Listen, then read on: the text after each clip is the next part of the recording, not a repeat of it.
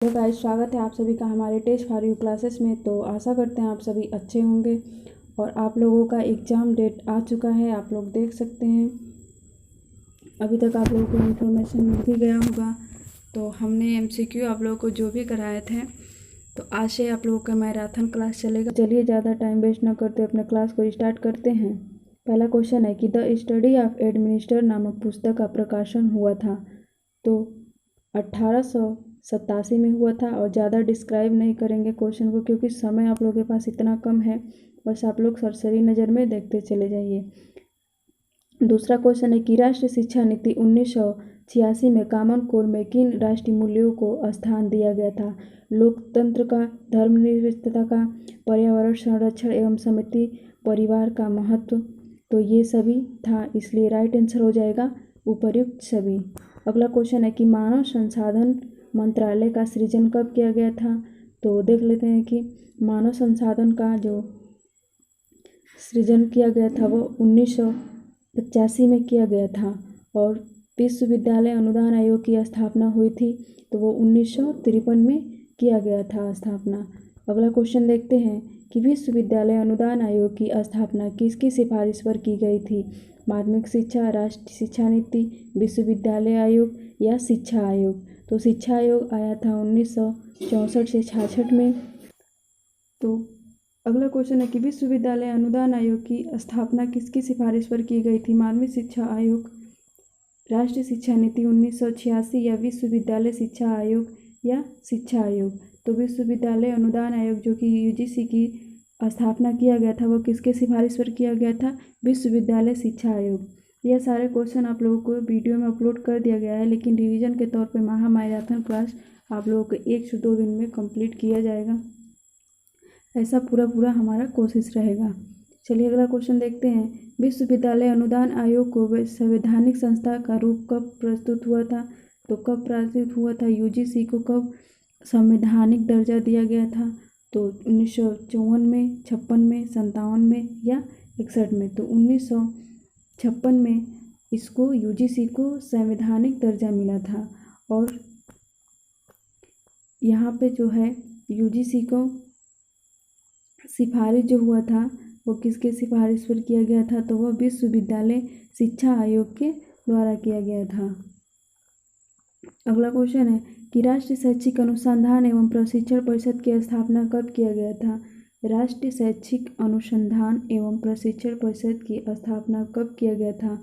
तो आया तो था 1961 में, और जो स्थापना हुआ था वह किया गया था 1962 में एनसीईआरटी का। अगला क्वेश्चन है कि राष्ट्रीय शिक्षा संस्था एनआईई की स्थित कहाँ पे है? तो राइट आंसर हो जाएगा नई दिल्ली। नेक्स्ट क्वेश्चन है कि केंद्रीय शिक्षा सलाहकार बोर्ड कब विघटित किया गया था? तो केंद्रीय शिक्षा सलाहकार बोर्ड जो विघटित हुआ था वह हुआ था 1935 में। नेक्स्ट क्वेश्चन है कि राष्ट्रीय शिक्षक शिक्षा परिषद को संवैधानिक स्तर कब मिला? तो राष्ट्रीय जो शिक्षक शिक्षा परिषद अर्थात एनसीटी है, वह कब उसको संवैधानिक दर्जा मिला था? तो देख लेते हैं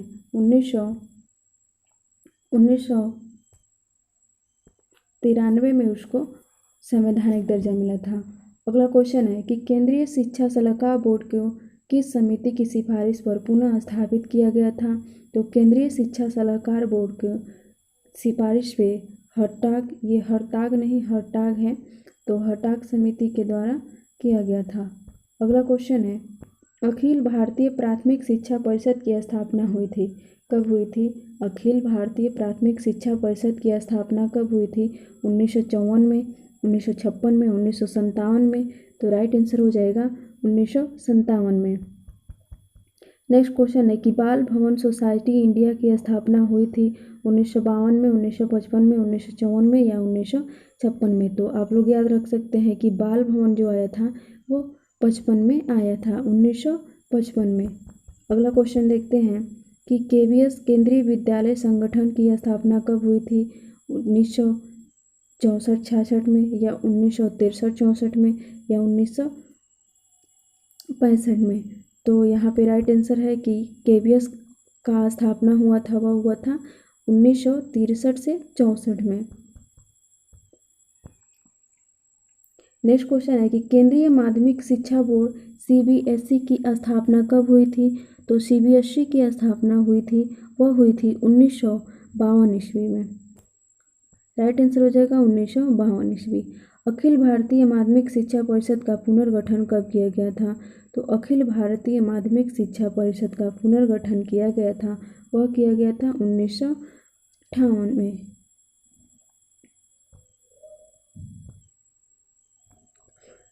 नेक्स्ट क्वेश्चन है कि प्रथम मुक्त विद्यालय की संस्था ने स्थापित किया था? तो केंद्रीय माध्यमिक शिक्षा बोर्ड सीबीएसई ने सबसे पहले मुक्त विद्यालय स्थापित किया था, तो आप लोग याद रख सकते हैं सीबीएसई ने। अगला क्वेश्चन है कि भारतीय सामाजिक विज्ञान अनुसंधान परिषद ICSSR की स्थापना कब हुई थी? तो राइट आंसर हो जाएगा 1969 में। भारतीय सामाजिक विज्ञान, याद रखिए, भारतीय सामाजिक विज्ञान अनुसंधान अर्थात विज्ञान से रिलेटेड जो भी रिसर्च होगा उसके लिए यह स्थापना किया गया था। नेक्स्ट क्वेश्चन है कि निम्न में से कौन सा विश्वविद्यालय केंद्रीय विश्वविद्यालय है? तो यहाँ पे तेजपुर विश्वविद्यालय जवाहरलाल नेहरू नई दिल्ली में है, इंदिरा गांधी राष्ट्रीय मुक्त विद्यालय दिल्ली में है। तो ये सभी क्या हैं? विश्वविद्यालय हैं और वो भी केंद्रीय लेवल पे हैं। तेजपुर, जवाहरलाल, इंदिरा गांधी राष्ट्रीय मुक्त विद्यालय, ये सभी केंद्रीय लेवल के विद्यालय होते हैं। अगला क्वेश्चन है कि राष्ट्रीय शिक्षा नीति 1986 में उच्चतर माध्यमिक स्तर तक की शिक्षा का प्रबंध करने के लिए सुझाव किसने दिया था? तो जो भी 1986 में जो आया था और उच्चतर माध्यमिक शिक्षा के लिए वह जिला शिक्षा अर्थात डाइट की स्थापना किया गया था।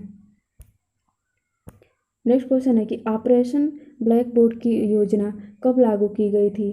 तो ऑपरेशन ब्लैक बोर्ड आया था 1987 से 88 में। आप लोग याद रख सकते हैं, ऑपरेशन ब्लैक बोर्ड योजना आया था 1987 से 88 में। अगला क्वेश्चन है कि शिक्षा के राज्य स्तर पे SIT की स्थापना की योजना कब लागू हुई थी? 1962-63 में, 1963 से 64 में, 1964 से 66 में या 1966 से 67 में। तो राइट आंसर हो जाएगा 1963 से 64 में। नेक्स्ट क्वेश्चन है कि राज्य विज्ञान शिक्षा संस्था जबलपुर की स्थापना तो जून 1968 में जबलपुर की स्थापना हुई थी। अगला क्वेश्चन है कि प्रशिक्षित शिक्षक के लिए समांतर निरीक्षण काल 19 वर्ष का होना चाहिए, यह किसके द्वारा कहा गया है? किसने कहा है कि प्रशिक्षित शिक्षक के लिए समांतर निरीक्षण काल 19 वर्ष का होना चाहिए? तो यह माध्यमिक शिक्षा आयोग के द्वारा कहा गया है।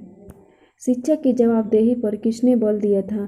तो शिक्षक की जवाबदेही पे राष्ट्रीय शिक्षा नीति 1986 बल दिया गया था, अर्थात जो भी राष्ट्रीय शिक्षा 1986 था जो अब आया था वह उसमें यह कहा गया था कि जो शिक्षक हैं वह जवाबदेही पे जवाब देंगे कि वह किस तरीके से पढ़ा रहे हैं। इसलिए अगला क्वेश्चन देखते हैं कि विद्यालय संकुल की स्थापना का सुझाव किसने दिया? तो विद्यालय संकुल की स्थापना का सुझाव दिया था शिक्षा आयोग ने। नेक्स्ट क्वेश्चन है कि शैक्षिक संकुल की स्थापना का सुझाव किसने दिया था? तो शैक्षिक संकुल की स्थापना का सुझाव जो दिया था वह दिया था आचार्य राममूर्ति ने। याद रखिए, शैक्षिक संकुल की स्थापना का सुझाव आचार्य राममूर्ति ने दिया था। अगला क्वेश्चन है कि बेरोजगारी की समस्या ने किस प्रकार के निर्देशन की मांग की है? तो आप सभी पता है कि आप सभी क्या कर रहे हैं, जो भी स्टडी कर रहे हैं उनका मात्र एक यही लक्ष्य है कि कोई भी हमें सबसे पहले एक अच्छा सा जॉब मिल जाए ताकि हम सुकून से रह सकें। तो इसलिए इस समय प्रेजेंट में व्यवसाय ही ज़्यादा उचित रहेगा। अगला क्वेश्चन है कि शिक्षा आयोग के अनुसार निर्देशन कार्यक्रम प्रारंभ होना चाहिए प्राथमिक स्तर से, माध्यमिक स्तर से, उच्च स्तर से या विश्वविद्यालय से? तो शिक्षा आयोग के अनुसार निर्देशन कार्यक्रम प्रारंभ होना चाहिए वह प्राथमिक स्तर से होना चाहिए। विद्यालय एक समाज होगा परंतु वह वृत्त समाज के अंदर एक छोटा सा समाज होगा, यह किसके द्वारा कहा गया? विद्यालय एक समाज होगा परंतु वह वृत्त समाज के अंदर एक छोटा सा समाज होगा, यह कथन किसके द्वारा कहा गया है? तो यह कथन माध्यमिक शिक्षा आयोग रिपोर्ट के द्वारा कहा गया है। यहाँ पे याद रखने के लिए आप लोग ट्रिक बना सकते हैं कि जो विद्यालय एक समाज होगा परंतु वह वृद्ध समाज, ये वृद्ध वर्ड आप लोग याद रखिएगा। और छोटा समाज ऐसे आप लोग याद रख सकते हैं। अगला क्वेश्चन है कि निःशुल्क और अनिवार्य शिक्षा संबंधी संविधान संशोधन अधिनियम 2002 में पारित हुआ था। यह संशोधन अधिनियम कौन सा था? तो जो निःशुल्क और अनिवार्य शिक्षा संबंधी संविधान संशोधन अधिनियम 2002 में पारित हुआ था वह संशोधन अधिनियम 86वां संशोधन अधिनियम था। निःशुल्क एवं अनिवार्य शिक्षा अधिनियम के अनुसार कक्षा 1 से 5 तक 60 बालकों तक शिक्षकों की संख्या होनी चाहिए। तो आप लोगों को पता है कि एक शिक्षक पे 30 बच्चे होते हैं तो 2 शिक्षक पे 60 होंगे बच्चे, तो यहाँ पे जब 60 बालक होंगे तो 2 हो जाएगा। नेक्स्ट क्वेश्चन है कि सहानुभूति, वस्तुनिष्ठता तथा मूल्यांकन का पर्यवेक्षण सिद्धांत पेंक ने दिया था। राइट आंसर हो जाएगा पेंक ने। अगला क्वेश्चन है कि प्राथमिक एवं माध्यमिक शिक्षा निदेशालय की स्थापना कब हुई थी? तो प्राथमिक एवं माध्यमिक शिक्षा निदेशालय की स्थापना 1950 में किया गया था। ग्रामीण क्षेत्र की प्राथमिक शिक्षा की प्रबंध व्यवस्था पंचायती राज व ग्रामीण विभाग को कब सौंप गई थी? तो 1959 में सौंप दिया गया था।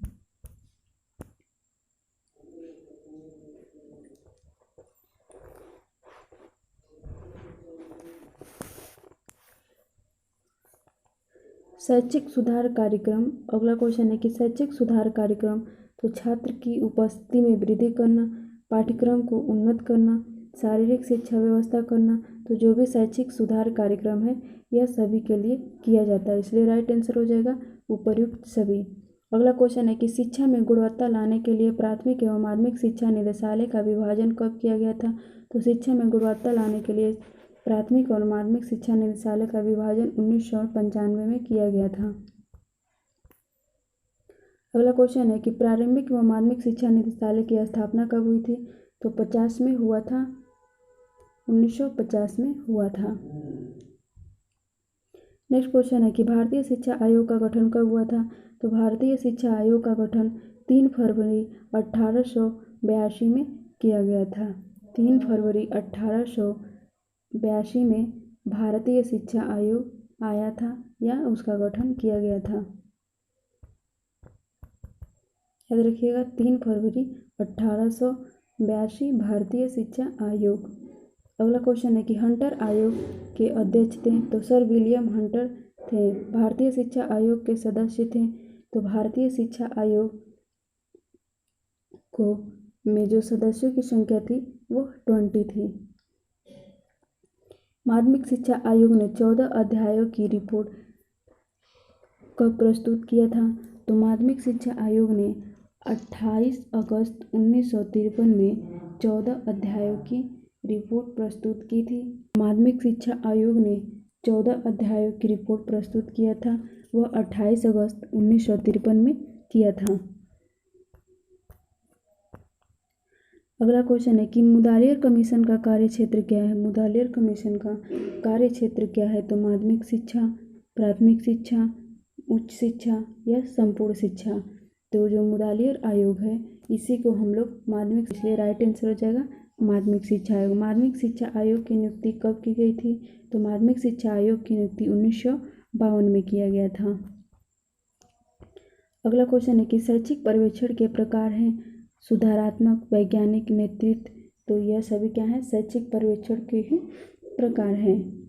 विज्ञानों के द्वारा किया जाता है, नेतृत्व के द्वारा परीक्षण किया जा सकता है, सुधारात्मक के द्वारा किया जा सकता है। ये सभी क्या है? उपर्युक्त राइट आंसर हो जाएगा। अगला क्वेश्चन है परिनिरीक्षण एक उत्तम शिक्षण अधिगम परिस्थिति के विकास में सहायता देता है, यह कथन किसका है? तो आप लोग इतना तो आप लोगों को जो भी डिफिनेशन है वो याद नहीं हो पाएगा। वह है कि परिनिरीक्षण एक उत्तम शिक्षण अधिगम परिस्थिति के विकास में सहायता देता है। तो यह कथन किसका है? किम्बल के द्वारा कहा गया है। शैक्षिक नियोजन में संगठित किया जाता है। शैक्षिक नियोजन में किसको संगठित किया जाता है? को दार्शनिक मान्यताओं को, सामान्य आदर्शों को। तो राइट आंसर हो जाएगा उपर्युक्त सभी। अगला क्वेश्चन है कि अवधि के आधार पर शैक्षिक नियोजन होते हैं। अवधि के आधार पर शैक्षिक नियोजन अर्थात शिक्षा से प्लानिंग होता है वह अल्पकालीन भी होता है और दीर्घकालीन भी होता है, इसलिए राइट आंसर हो जाएगा उपर्युक्त दोनों। Educational planning program budgeting a systematic approach किसके द्वारा लिखा गया, तो यह लिखा गया है हेरी जे हर्टिले के द्वारा। याद रखिएगा, हेरी जे हर्टिले के द्वारा लिखा गया है education planning programming budgeting a systematic approach. Question है कि विद्यालय संगठन का उद्देश्य क्या है, तो जो विद्यालय संगठन का उद्देश्य है वह देख लेते हैं कि सामाजिक आवश्यकताओं के रूप में शिक्षा देना, सामाजिक जीवन का वास्तविक एवं उपयोग परीक्षण करना, बालकों में मान्यताओं विश्वासों एवं मूल्यों की शिक्षा देना। तो जो भी विद्यालय का संगठन होता है, माता पिता टीचर शिक्षक जो भी संगठन करते हैं उन सभी का उद्देश्य होता है, राइट आंसर हो जाएगा उपर्युक्त सभी। अगला क्वेश्चन है कि विद्यालय संगठन के सिद्धांत हैं लोच का सिद्धांत, बाल केंद्रीय सिद्धांत और समाज केंद्रीय सिद्धांत। तो विद्यालय संगठन का सिद्धांत है लोच का सिद्धांत, बाल केंद्रीय सिद्धांत और समाज का सिद्धांत, सामाजिक सिद्धांत। तो आप लोग याद रख सकते हैं कि विद्यालय संगठन का जो सिद्धांत है वह लोच का सिद्धांत है, बाल केंद्रित सिद्धांत है और समाज सिद्धांत है। क्योंकि सिद्धांत और प्रकृति ये तो मोस्ट होता है क्वेश्चन में, ये जरूर आता है, तो इसलिए आप लोग थोड़ा सिद्धांत पे अवश्य फोकस करें। तो आप लोग विद्यालय संगठन का जो सिद्धांत है वो याद रख सकते हैं कि लोच का सिद्धांत, बाल केंद्रित सिद्धांत, सामाजिक केंद्रित। तो ये तीनों क्या है, बाल केंद्रित, लोच का सिद्धांत। मैं बार बार इसलिए रिपीट कर रही हूँ ताकि आप लोग के दिमाग में एग्जाम तक फिट रहे।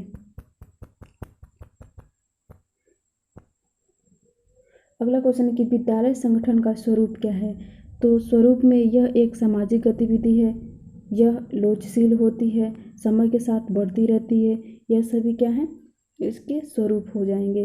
अगला क्वेश्चन है कि राष्ट्रीय शिक्षा नीति को कितने भागों में विभाजित किया गया है, तो राष्ट्रीय शिक्षा नीति को कितने भागों में विभाजित किया गया है, राष्ट्रीय शिक्षा नीति को 8 भागों में विभाजित किया गया है। याद रखिएगा, राष्ट्रीय शिक्षा नीति को कितने भागों में विभाजित किया गया है, 8 भागों में विभाजित किया गया है।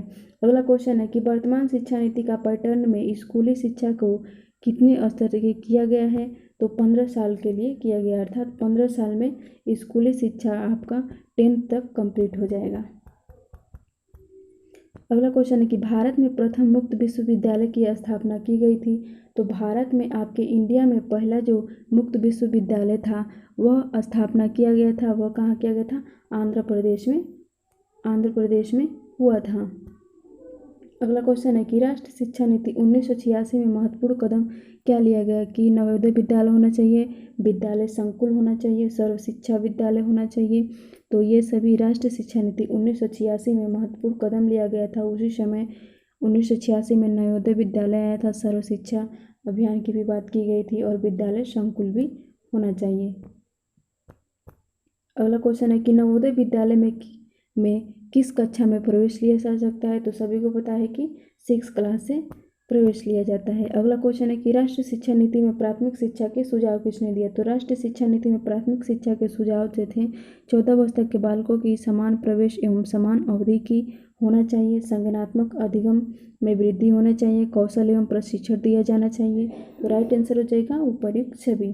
कोठारी आयोग में कुल सदस्यों की संख्या कितनी थी, तो याद रखिए कि ऐसे ट्रिक बना लीजिए कि कोठरी में कितने सदस्य हैं, 17। ऐसे आप लोग याद रख सकते हैं कोठारी आयोग अर्थात कोठरी में कितने सदस्य हैं, 17। ऐसे आप लोग याद रख सकते हैं। तो राइट आंसर हो जाएगा 17। अगला क्वेश्चन है कोठारी थे, तो ऐसे भी आप लोग याद सकते हैं कि कोठरी में 17 लोग थे जो कि किस लिए थे, दौलत लेने के लिए। तो आप लोगों को याद रहेगा कि दौलत सिंह कोठारी में कितने सदस्यों की संख्या थी, 17। और दौलत सिंह कोठारी किसके नाम पे था, दौलत सिंह कोठारी आयोग जो था वो दौलत सिंह कोठारी के नाम पर था। अगला क्वेश्चन है कि निर्णय निर्माण के प्रकार कितने होते हैं, तो निर्णय निर्माण के प्रकार 2 होते हैं। अगला क्वेश्चन है कि निर्णय निर्माण की तकनीकी निर्णय लेना, डिसीजन लेना, उसका निर्माण करने का जो तकनीकी है वह क्या है, मंथन करना है, मंथन विधि। अगला क्वेश्चन है कि शैक्षिक पर्यवेक्षण का कार्य क्या है। जो शैक्षिक पर्यवेक्षण है उसका काम क्या है, तो अभिभावकों से संपर्क स्थापित करना, परामर्श के रूप में रखना या अनुसंधान कार्य करना। तो जो शैक्षिक पर्यवेक्षण है उसका रिसर्च भी कर सकता है, परमदाता भी होता है, परामर्शदाता भी होता है और अभिभावकों से संपर्क स्थापित भी करता है। शैक्षिक पर्यवेक्षण यही होता है, तो इसलिए राइट आंसर हो जाएगा उपर्युक्त सभी। अगला क्वेश्चन है कि कितने सालों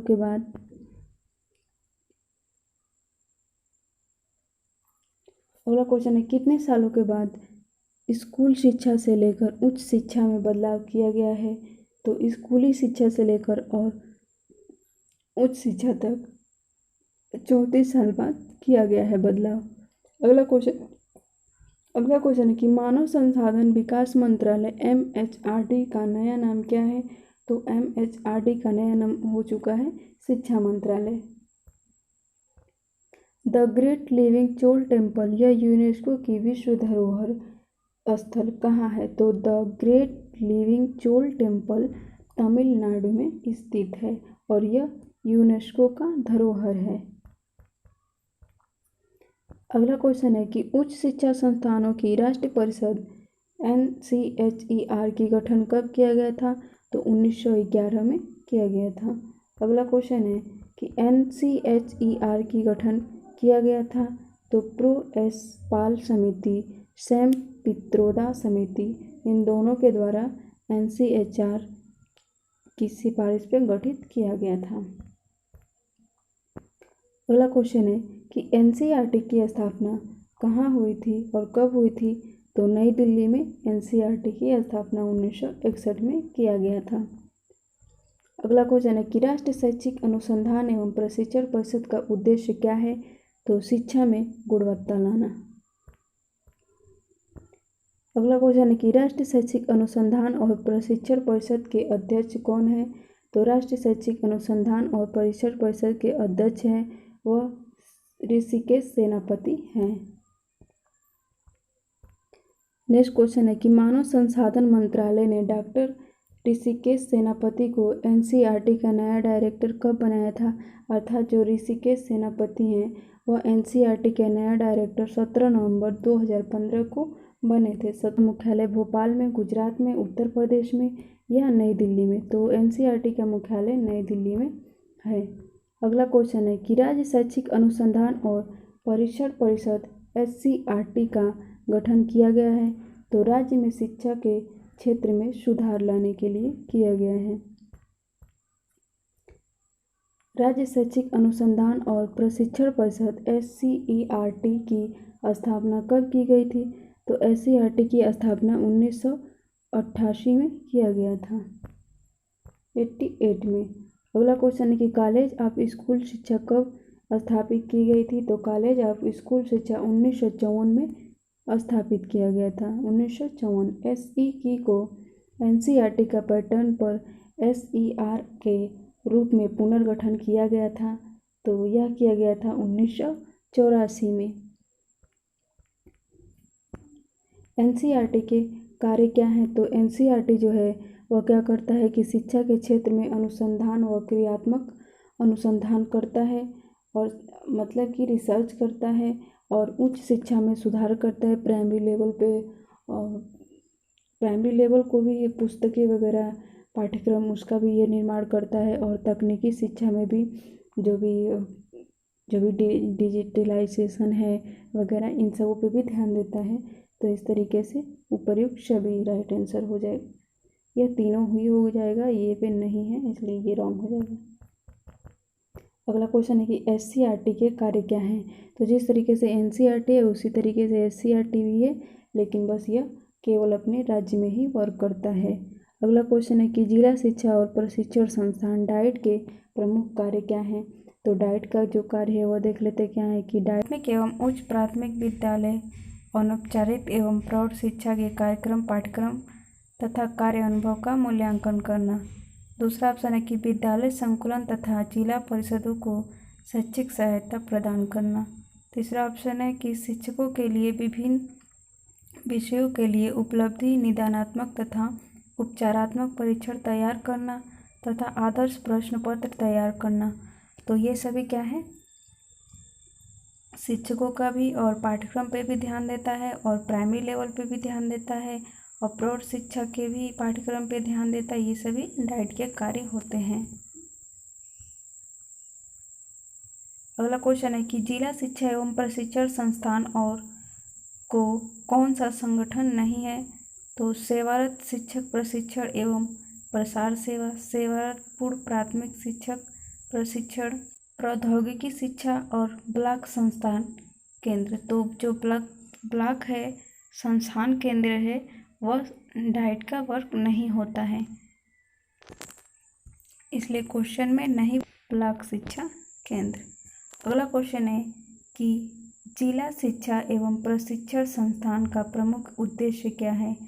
इसका उद्देश्य क्या है कि जिले में शिक्षकों का नियुक्ति कराना, अभिभावक छात्रों को प्रशिक्षण देना और अध्यापकों का स्थानांतरण कराना और सेवा पूर्व व सेवारत प्राथमिक उच्च प्राथमिक शिक्षकों के प्रशिक्षण कार्यक्रम का आयोजन कराना।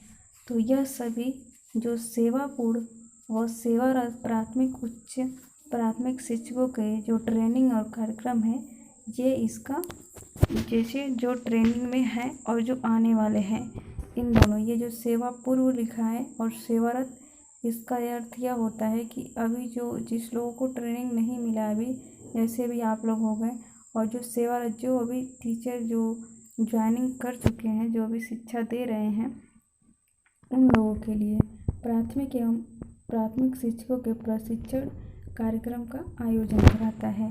तो ये इसका मुख्य उद्देश्य है, ट्रेनिंग देना कुल मिलाकर। डाइट संस्थाओं को जो नोडल एजेंसी है वो कौन सा है। तो SIERT डाइट संस्थाओं की नोडल एजेंसी है, SIERT। जिला शिक्षा एवं प्रशिक्षण संस्थान के कितने भाग हैं। तो डाइट का जो भाग है वह 8 भागों में बांटा गया है, याद रखिए। जिला शिक्षण एवं प्रशिक्षण संस्थान 8 भाग हैं। अगला क्वेश्चन है कि वर्तमान में कितने राजकीय शिक्षक प्रशिक्षण संस्थान कार्यरत हैं। वर्तमान में कितने राजकीय शिक्षक प्रशिक्षण संस्थान कार्यरत हैं। तो राज्य में टोटल जो राजकीय शिक्षक प्रशिक्षण है अर्थात ट्रेनिंग वाला संस्थान है टीचर के लिए, वो राज्य लेवल पे 35 है। अगला क्वेश्चन है कि निम्न में से डाइट का प्रभाग नहीं है। तो PSTE, NCERT और PSM यह डाइट का ही भाग होता है। NCERT भी डाइट के ही भाग में आता है, लेकिन RTE नहीं आता है। यह तो राइट टू एजुकेशन है। अगला क्वेश्चन है कि शिक्षण अधिगम सामग्री तैयार करना डाइट के कौन से विभाग के अंतर्गत आता है। क्वेश्चन है कि शिक्षण अधिगम सामग्री तैयार करना डाइट के कौन से विभाग के अंतर्गत आता है, अर्थात जो सामग्री तैयार करना है और डाइट के WE के अंतर्गत आता है। अगला क्वेश्चन है कि अनौपचारिक शिक्षा कार्यक्रम का समन्वय कौन से विभाग में किया जाता है। तो जो अनौपचारिक शिक्षा कार्यक्रम का समन्वय है वो DRU के द्वारा किया जाए। याद रखिए, जो अधिगम अर्थात सीखने से रिलेटेड सामग्री तैयार करने से रिलेटेड भाग है वो WE है, लेकिन अनौपचारिक शिक्षा कार्यक्रम है वो DRU है। तो आप लोग ये सब कीवर्ड याद रख सकते हैं। अगला क्वेश्चन है कि किस वर्ष जिला स्तर पर डाइट की स्थापना किया गया था। तो डाइट जो आया था वह 1988 में आया था, याद रखिएगा। DIET 1988। क्योंकि डाइट कितने हैं, तो 3 और 3 अर्थात 33 डाइट हैं। अगला क्वेश्चन है कि सेवारत शिक्षक शिक्षा के लिए डाइट की कितनी शाखाओं को शामिल किया गया है। जो सेवारत जो शिक्षक हैं उनके लिए डाइट की कितनी शाखाओं को शामिल किया गया है।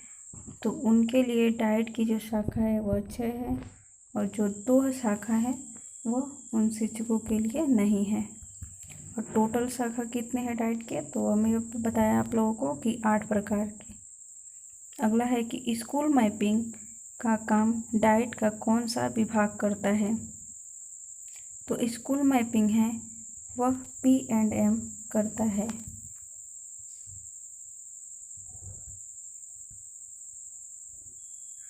अगला क्वेश्चन है कि डाइट का सर्वोच्च अधिकारी प्राचार्य किसके समकक्ष होता है।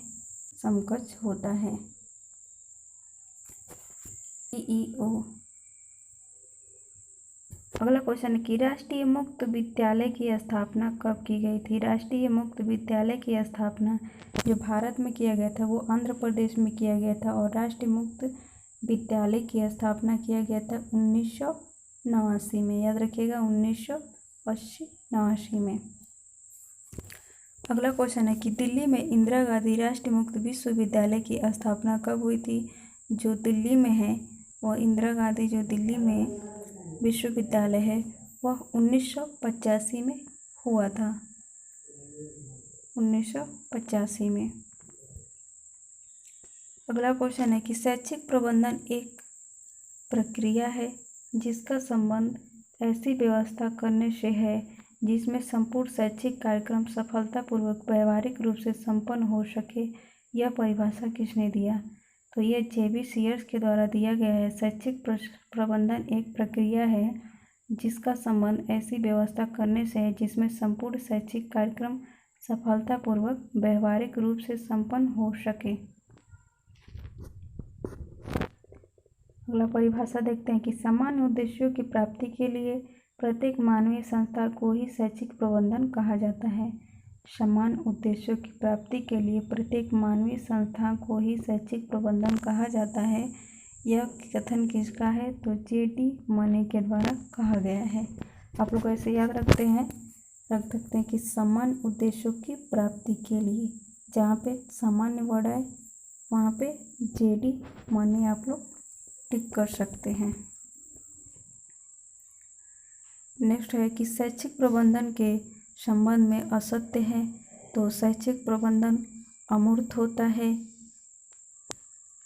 शैक्षिक प्रबंधन एक समन्वयकारी संसाधन है। शैक्षिक प्रबंधन कला एवं विज्ञान दोनों है। शैक्षिक प्रबंधन सामूहिक योजना पर सफल नहीं होता है। तो असत्य कथन पहला हो जाएगा। आधुनिक संप्रदाय के अनुसार शैक्षिक प्रबंधन में कितने तत्व शामिल है। तो मॉडर्न में जो शैक्षिक प्रबंधन के तत्व हैं वह 6 प्रकार के हैं। अगला क्वेश्चन है कि विद्यालय स्तर पर शैक्षिक प्रबंधन मानवीय संसाधनों के अंतर्गत किसमें शामिल नहीं किया जाता है। तो शिक्षा मंत्री के द्वारा। अगला क्वेश्चन है कि विश्वविद्यालय अनुदान आयोग UGC की स्थापना कब हुई थी। तो UGC की स्थापना हुई थी वह 1956 में किया गया था। राइट आंसर हो जाएगा UGC की स्थापना 1956 में किया गया था। विश्वविद्यालय अनुदान आयोग का गठन किसकी सिफारिश पर किया गया था। तो डॉक्टर सर्वपल्ली राधाकृष्णन की सिफारिश पे किया गया था। विश्वविद्यालय अनुदान आयोग UGC का सुझाव किसके द्वारा दिया गया था। तो जो सुझाव दिया गया था वो विश्वविद्यालय शिक्षा आयोग 1984 के द्वारा दिया गया था। याद रखिए विश्वविद्यालय शिक्षा आयोग, ये जो शिक्षा आयोग के द्वारा दिया गया था विश्वविद्यालय शिक्षा आयोग 1948 में की सिफारिश के द्वारा दिया गया था। और जो आया था UGC वह 1956 में आया था। 1956 में इसकी स्थापना किया गया था। तो जो सिफारिश आया था वह 48 में आया था और स्थापना हुई थी तो वह 1956 में हुई थी। आप लोग ऐसे याद रख सकते हैं। अगला विश्वविद्यालय अनुदान आयोग की सर्वप्रथम नींव कब रखा गया था। जो विश्वविद्यालय अनुदान आयोग की सर्वप्रथम नींव कब रखी गई थी? तो 28 दिसंबर 1953 में रखा गया था। जो विश्वविद्यालय यूजीसी है उसका जो पहला नींव रखा गया था 28 सितंबर 1953 को रखा गया था। यूजीसी की नींव किसने रखी? तो यूजीसी की जब भी बात नींव की करे, देखिए यहाँ पे नींव की बात कर रहा है। जब यूजीसी की नींव की बात करें और प्रथम बार सिफारिश तो शिक्षा आयोग ने किया था, विश्वविद्यालय शिक्षा आयोग ने सिफारिश किया था। लेकिन सिफारिश जब किया था तो सबसे पहले जो नींव रखा था वह 28 दिसंबर 1953 को रखा गया था और वह मौलाना अब्दुल कलाम के द्वारा पहला जो नींव रखा गया था वह मौलाना अब्दुल कलाम के द्वारा रखा गया था। तो आप लोग ध्यान रखिएगा। और बाद में 1956 में यूजीसी का पूरा स्थापना 1956 में किया गया था और सिफारिश किया गया था वह 1948 में विश्व शिक्षा आयोग के द्वारा किया गया था और पहला नींव रखा गया था वह 53 में रखा गया था। 28 दिसंबर 1953 को रखा गया था और जब नींव रखा गया था तो मौलाना अब्दुल कलाम के द्वारा रखा गया था। चलिए अगला क्वेश्चन देखते हैं कि विश्वविद्यालय अनुदान आयोग में के वर्तमान अध्यक्ष कौन है? तो यूजीसी के वर्तमान अध्यक्ष कौन है? तो प्रो धीरेन्द्र पाल सिंह हैं। अगला क्वेश्चन है कि किसने जिला शिक्षा एवं प्रशिक्षण संस्थानों को शिक्षा के क्षेत्र में लाइट हाउस कहा? किसने जिला शिक्षा एवं प्रशिक्षण संस्थानों को शिक्षा के क्षेत्र में लाइट हाउस कहा? तो जिला शिक्षा एवं प्रशिक्षण संस्थानों को शिक्षा के क्षेत्र में लाइट हाउस जो कहा था मानव संसाधन विकास मंत्रालय के द्वारा कहा गया था। अगला क्वेश्चन है कि शिक्षा के विकास के लिए व्यवस्थित योजना बनाने को कहा जाता है। तो शिक्षा के विकास के लिए व्यवस्थित योजना बनाने को कहा जाता है दूरगामी योजना, स्वावलंबी योजना, शैक्षिक नियोजन या शैक्षिक विकास। तो जब बात शिक्षा की कर रही है तो सिंपल सी बात है कि शिक्षा की ही प्लानिंग होगी। अगला क्वेश्चन है कि शैक्षिक प्रबंधन में नियोजन का सृजन किससे किया? शैक्षिक प्रबंधन अर्थात शिक्षा से मैनेजमेंट में जो पहला जो था नियोजन का सृजन वह लूथर गुलिक ने दिया था। वैसे तो सभी ने बताया है कि शिक्षा के लिए प्लानिंग सबसे पहले, और शिक्षा के लिए ही प्लानिंग क्यों, हर काम के लिए प्लानिंग होना चाहिए और किया भी जाता है। लेकिन जो पहला प्लानिंग वर्ड जो नियोजन वर्ड दिया था वह लूथर गुलिक ने दिया था, इसलिए इनका नाम ज़्यादा मोस्ट इम्पोर्टेंट हो जाएगा, प्रथम है। तो अगला क्वेश्चन है कि राष्ट्रीय अध्यापक शिक्षा परिषद NCTE नेशनल काउंसिल टीचर और एजुकेशन की स्थापना कब की गई थी? तो 17 अगस्त 1995 में किया गया था। याद रखिए NCTE आया था 17 अगस्त। देखिए 15 अगस्त याद रखने के लिए आप लोग ऐसे ट्रिक बना सकते हैं कि 15 अगस्त को देश आज़ाद हुआ था और उसमें +2 जोड़ दे दिया तो 17 अगस्त हो जाएगा और 1995। तो इस तरीके से आप लोग NCTE को याद रख सकते हैं कि स्थापना कब किया गया था। अगला क्वेश्चन है कि राष्ट्रीय अध्यापक शिक्षा परिषद का मुख्यालय कहाँ है? तो NCTE का भी मुख्यालय नई दिल्ली में ही है। अंतर्राष्ट्रीय महिला दिवस, ये तो सिंपल सा क्वेश्चन है। और विश्व वानिकी दिवस आया था वर्ल्ड फॉरेस्ट डे जंगल के बारे में, तो वो हो जाएगा 21 मार्च को। अंतर्राष्ट्रीय साक्षरता दिवस कब मनाया जाता है? तो याद रखिए कि अंतर्राष्ट्रीय साक्षरता दिवस 8 सितंबर को मनाया जाता है।